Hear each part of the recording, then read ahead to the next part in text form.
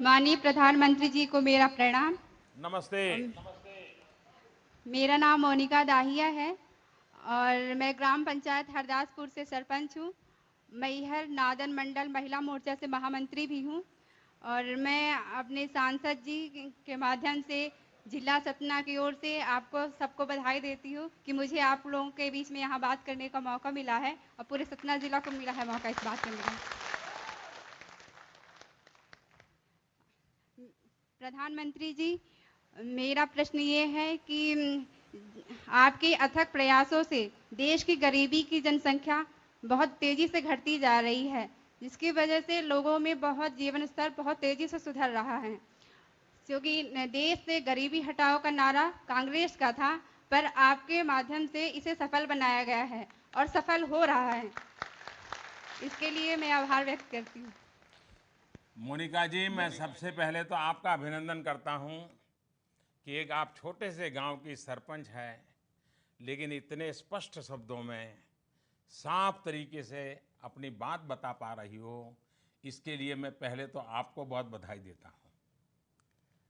मुझे गर्व होता है कि मेरी पार्टी के पास गांव स्तर पर ऐसी महिला कार्यकर्ताएं हैं जिनके दिमाग में सारी बातें साफ है और गरीबों के लिए कुछ करने का इरादा है। तो मोनिका जी, सबसे पहले आपको बधाई। अब बात आई, ये बात सही है कि आजादी के इतने सालों के बाद कोई इस बात से इनकार नहीं कर सकता कि हमारे देश से गरीबी हटाने के लिए अगर पहले सार्थक प्रयास हुए होते तो हम गरीबी पर विजय प्राप्त कर चुके होते। आज कोई भी गरीब माँ बाप अपने संतानों को विरासत में गरीबी देकर के जाना नहीं चाहता है।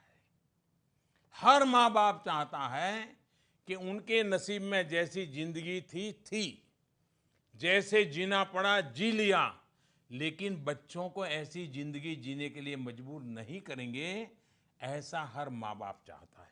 तो उसे चाहिए क्या? उसे अवसर चाहिए, उसे डगर डगर पर कोई हाथ पकड़ने वाला चाहिए। गरीब ही गरीबी को परास्त कर सकता है। पहले की सरकारों की गलती सबसे बड़ी ये थी कि उनको गरीब ये शब्द चुनावी वोट बैंक का हिस्सा था। उनके लिए गरीबों को गरीब बनाए रखना उनकी राजनीतिक फायदे में था और इसलिए वो कभी नहीं चाहते थे कि गरीबी हटे, क्योंकि गरीबी हटेगी तो उनके मतदार कम होंगे, उनके मतदाता कम होंगे तो उनकी सरकार चली जाएगी। इस डर से, लेकिन देश का गरीब भी अब टीवी देखता है, समाचार सुनता है, बातें सुनता है, एक राज्य से दूसरे राज्य जाता है, एक शहर से दूसरे शहर जाता है, बदलती हुई चीजें देखता है, तो वो भी अब जाग गया है। और गरीब को अगर हम सशक्त बनाते हैं तो सरकारों से पहले गरीब खुद गरीबी को खत्म करके गरीबी से बाहर निकल सकता है।